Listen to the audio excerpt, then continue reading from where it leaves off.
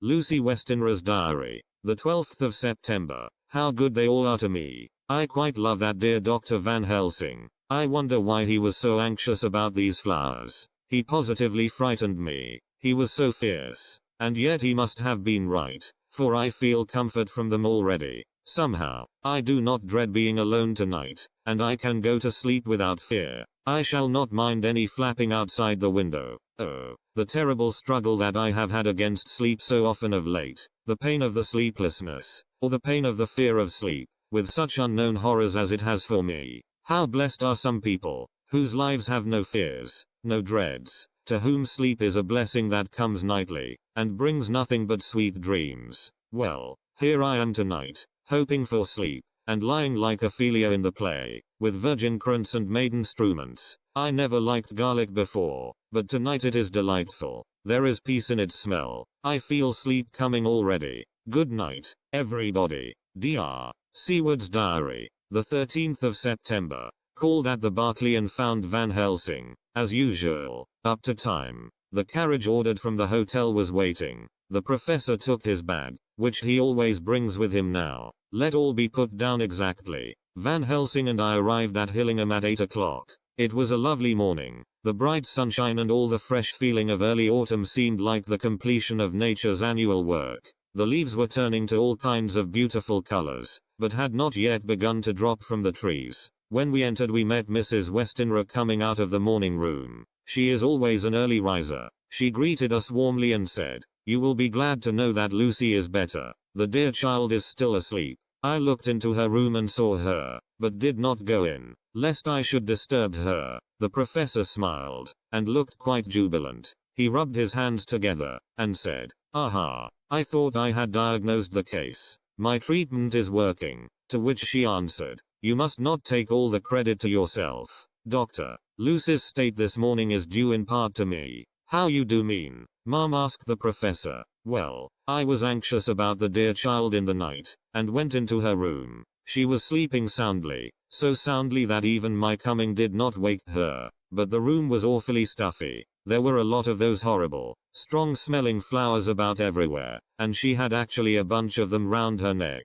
I feared that the heavy odor would be too much for the dear child in her weak state, so I took them all away and opened a bit of the window to let in a little fresh air. You will be pleased with her, I am sure." She moved off into her boudoir, where she usually breakfasted early. As she had spoken, I watched the professor's face, and saw it turn ashen gray. He had been able to retain his self-command whilst the poor lady was present, for he knew her state and how mischievous a shock would be. He actually smiled on her as he held open the door for her to pass into her room. But the instant she had disappeared he pulled me, suddenly and forcibly, into the dining room and closed the door. Then, for the first time in my life, I saw Van Helsing break down. He raised his hands over his head in a sort of mute despair, and then beat his palms together in a helpless way. Finally he sat down on a chair, and putting his hands before his face, began to sob, with loud, dry sobs that seemed to come from the very racking of his heart.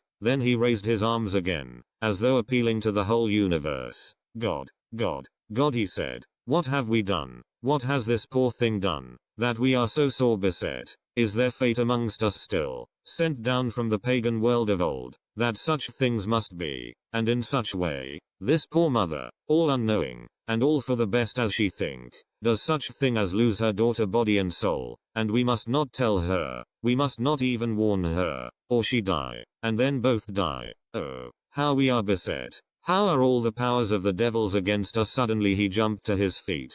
"Come," he said, "come, we must see and act. Devils or no devils, or all the devils at once, it matters not, we fight him all the same." He went to the hall door for his bag, and together we went up to Lucy's room. Once again I drew up the blind, whilst Van Helsing went towards the bed. This time he did not start as he looked on the poor face with the same awful, waxen pallor as before. He wore a look of stern sadness and infinite pity. "As I expected," he murmured, with that hissing inspiration of his which meant so much. Without a word he went and locked the door, and then began to set out on the little table the instruments for yet another operation of transfusion of blood. I had long ago recognized the necessity, and begun to take off my coat, but he stopped me with a warning hand. "No," he said, Today you must operate. I shall provide. You are weakened already. As he spoke he took off his coat and rolled up his shirt sleeve. Again the operation. Again the narcotic. Again some return of color to the ashy cheeks. And the regular breathing of healthy sleep. This time I watched whilst Van Helsing recruited himself and rested. Presently he took an opportunity of telling Mrs. Westenra that she must not remove anything from Lucy's room without consulting him, that the flowers were of medicinal value, and that the breathing of their odor was a part of the system of cure. Then he took over the care of the case himself, saying that he would watch this night and the next and would send me word when to come. After another hour Lucy waked from her sleep, fresh and bright and seemingly not much the worse for her terrible ordeal. What does it all mean? I am beginning to wonder if my long habit of life amongst the insane is beginning to tell upon my own brain. Lucy Westenra's diary. The 17th of September. 4 days and nights of peace. I am getting so strong again that I hardly know myself. It is as if I had passed through some long nightmare, and had just awakened to see the beautiful sunshine and feel the fresh air of the morning around me. I have a dim half remembrance of long, anxious times of waiting and fearing, darkness in which there was not even the pain of hope to make present distress more poignant, and then long spells of oblivion, and the rising back to life as a diver coming up through a great press of water. Since, however, Dr. Van Helsing has been with me, all this bad dreaming seems to have passed away. The noises that used to frighten me out of my wits, the flapping against the windows, the distant voices which seemed so close to me, the harsh sounds that came from I know not where and commanded me to do I know not what, have all ceased. I go to bed now without any fear of sleep. I do not even try to keep awake. I have grown quite fond of the garlic, and a boxful arrives for me every day from Haarlem. Tonight Dr. Van Helsing is going away, as he has to be for a day in Amsterdam, but I need not be watched. I am well enough to be left alone.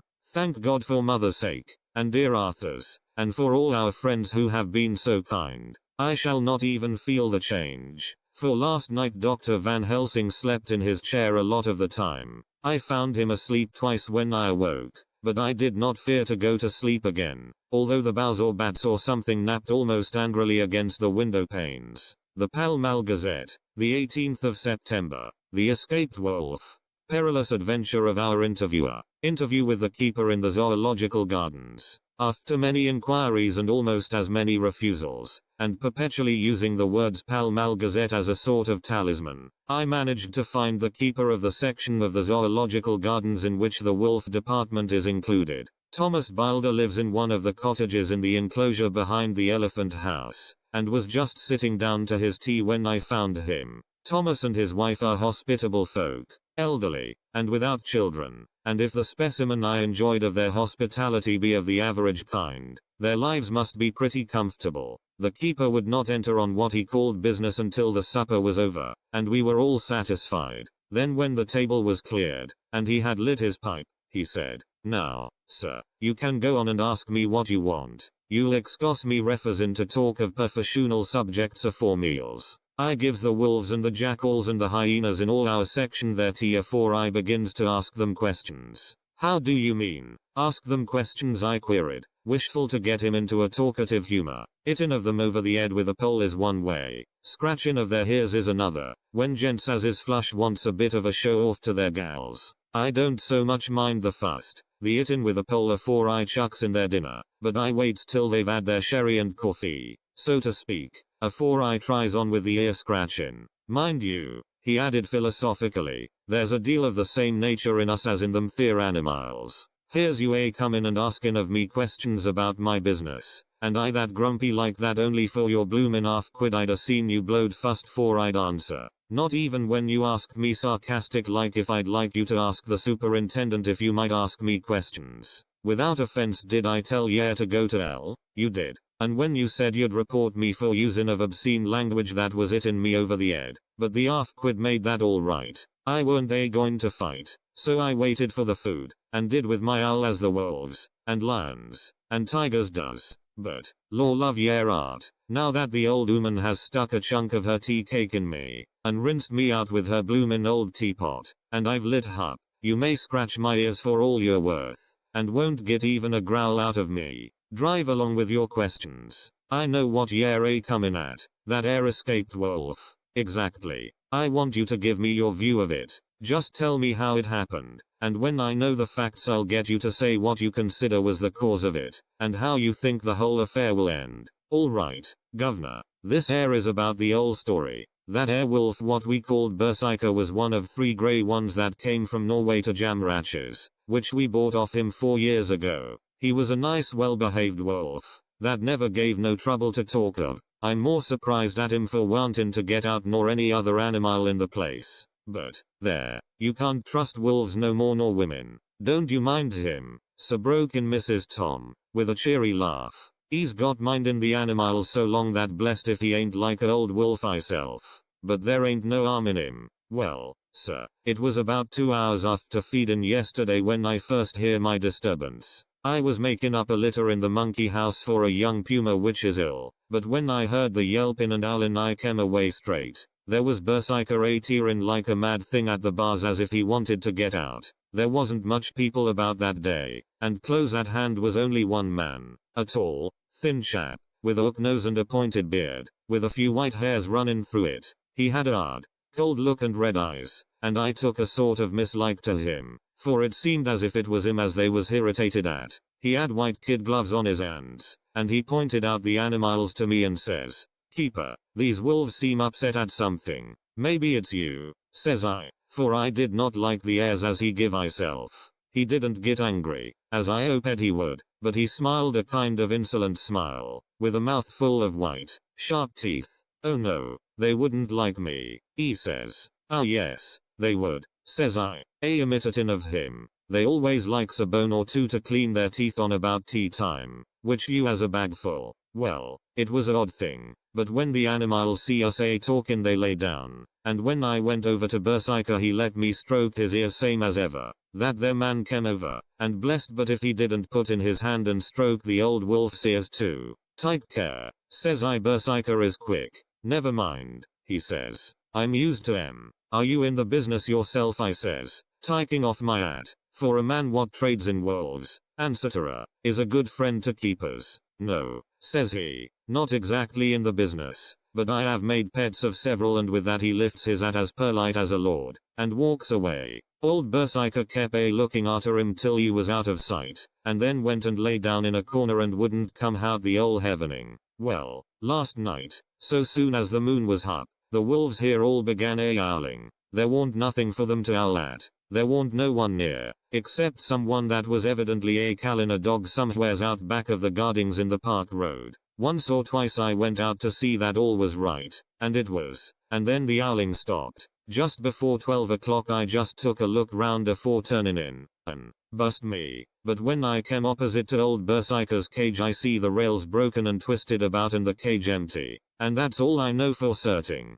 Did anyone else see anything? One of our gardeners was comin' home about that time from Harmony, when he sees a big grey dog comin' out through the garden edges. At least, so he says, but I don't give much for it myself. For if he did he never said a word about it to his missus when he got home, and it was only after the escape of the wolf was made known, and we had been up all nighter, huntin' of the park for Berserker, that he remembered seeing anything. My own belief was that the Harmony had got into his head. Now, Mr. Boulder, can you account in any way for the escape of the wolf? "Well, sir," he said with a suspicious sort of modesty, "I think I can, but I don't know as how you'd be satisfied with the theory." "Certainly I shall. If a man like you, who knows the animals from experience, can't hazard a good guess at any rate, who is even to try? Well then, sir, I accounts for it this way. It seems to me that wolf escaped, simply because he wanted to get out."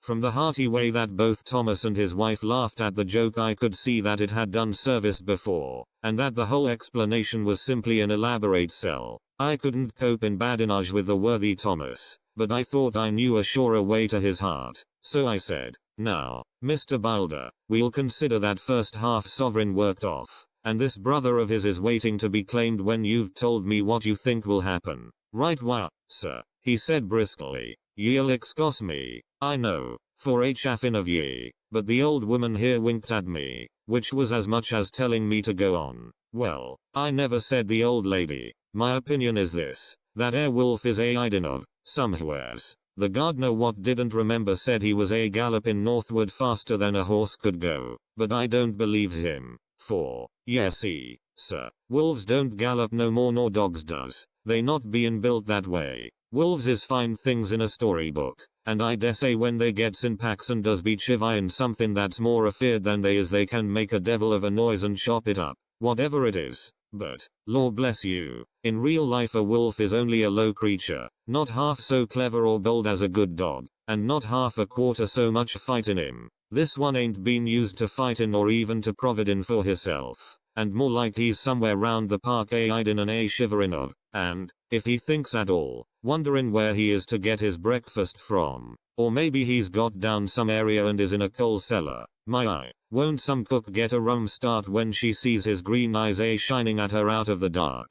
If he can't get food he's bound to look for it, and mayhap he may chance to light on a butcher's shop in time. If he doesn't, and some nursemaid goes walking off with a soldier, Levin of the infant in the perambulator, well, then I shouldn't be surprised if the census is one babby the less. That's all. I was handing him the half-sovereign, when something came bobbing up against the window, and Mr. Bilder's face doubled its natural length with surprise. God bless me, he said, if there ain't old Berserker come back by myself. He went to the door and opened it, a most unnecessary proceeding it seemed to me. I have always thought that a wild animal never looks so well as when some obstacle of pronounced durability is between us. A personal experience has intensified rather than diminished that idea. After all, however, there is nothing like custom, for neither Bilder nor his wife thought any more of the wolf than I should of a dog. The animal itself was as peaceful and well behaved as that father of all picture wolves, Red Riding Hood's quondam friend, whilst moving her confidence in masquerade. The whole scene was an unutterable mixture of comedy and pathos. The wicked wolf that for half a day had paralyzed London and set all the children in the town shivering in their shoes, was there in a sort of penitent mood, and was received and petted like a sort of vulpine prodigal son. Old Bilder examined him all over with most tender solicitude, and when he had finished with his penitent said, "There, I knew the poor old chap would get into some kind of trouble. Didn't I say it all along? Here's his head all cut and full of broken glass. He's been getting over some bloomin' wall or other. It's a shame that people are allowed to top their walls with broken bottles. This here's what comes of it. Come along, Berserker." He took the wolf and locked him up in a cage, with a piece of meat that satisfied, in quantity at any rate, the elementary conditions of the fatted calf, and went off to report. I came off, too, to report the only exclusive information that is given today regarding the strange escapade at the zoo. Dr. Seward's diary. The 17th of September, I was engaged after dinner in my study posting up my books, which, through press of other work and the many visits to Lucy, had fallen sadly into arrear. Suddenly the door was burst open, and in rushed my patient, with his face distorted with passion. I was thunderstruck, for such a thing as a patient getting of his own accord into the superintendent's study is almost unknown. Without an instant's pause he made straight at me. He had a dinner knife in his hand, and, as I saw he was dangerous, I tried to keep the table between us. He was too quick and too strong for me, however, for before I could get my balance he had struck at me and cut my left wrist rather severely. Before he could strike again, however, I got in my right and he was sprawling on his back on the floor. My wrist bled freely, and quite a little pool trickled onto the carpet. I saw that my friend was not intent on further effort, and occupied myself binding up my wrist, keeping a wary eye on the prostrate figure all the time. When the attendants rushed in, and we turned our attention to him, his employment positively sickened me. He was lying on his belly on the floor licking up, like a dog, the blood which had fallen from my wounded wrist. He was easily secured, and, to my surprise, went with the attendants quite placidly, simply repeating over and over again, "The blood is the life. The blood is the life. I cannot afford to lose blood just at present. I have lost too much of late for my physical good, and then the prolonged strain of Lucy's illness and its horrible phases is telling on me. I am overexcited and weary, and I need rest, rest, rest. Happily Van Helsing has not summoned me, so I need not forego my sleep. Tonight I could not well do without it."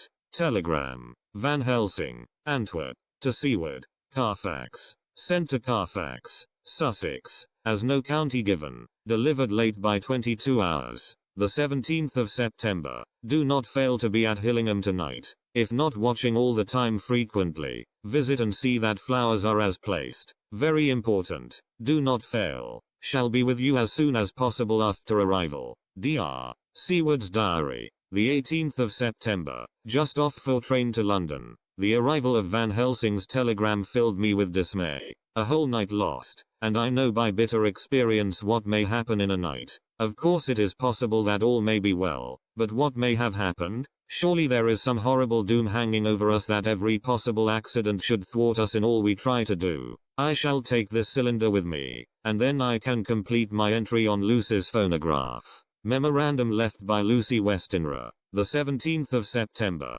night. I write this and leave it to be seen, so that no one may by any chance get into trouble through me. This is an exact record of what took place tonight. I feel I am dying of weakness, and have barely strength to write, but it must be done if I die in the doing. I went to bed as usual, taking care that the flowers were placed as Dr. Van Helsing directed, and soon fell asleep. I was waked by the flapping at the window, which had begun after that sleepwalking on the cliff at Whitby when Mina saved me, and which now I know so well. I was not afraid, but I did wish that Dr. Seward was in the next room, as Dr. Van Helsing said he would be, so that I might have called him. I tried to go to sleep, but could not. Then there came to me the old fear of sleep, and I determined to keep awake. Perversely sleep would try to come then when I did not want it. So, as I feared to be alone, I opened my door and called out, "Is there anybody there?" There was no answer. I was afraid to wake mother, and so closed my door again.